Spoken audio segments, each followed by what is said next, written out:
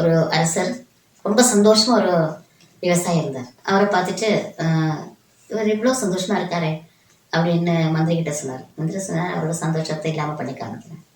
நீங்கள் அவரை கூப்பிட்டுட்டு அவருக்கு 99 பொற்காசுகள் சம்மானமாக கொடுங்க அப்படின்னாரு. கொடுத்தா ராஜா அப்படியே கொடுத்தாரு. அந்த விவசாயி வீட்டுக்கு போய் எண்ணி பார்க்கும்போது 99 தான் இருக்கு. அவர் நினைச்சாரு 99 தான் கொடுக்க மாட்டார் அரசர், 100 பொற்காசுகள் அப்படின்னு தானே சொல்லுவாங்க எப்பவுமே.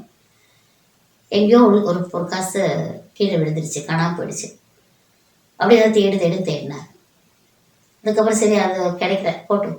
ஆனால் அந்த ஒரு பொற்காசை இன்னும் அதில் ஆட் பண்ணுறதுக்காக அவர் ரொம்ப கஷ்டப்பட்டார், ரொம்ப உழைச்சார். இருக்கிற அந்த வயக்காடை விற்றாரு, வீடை விற்றாரு, என்னென்னமோ செஞ்சார்.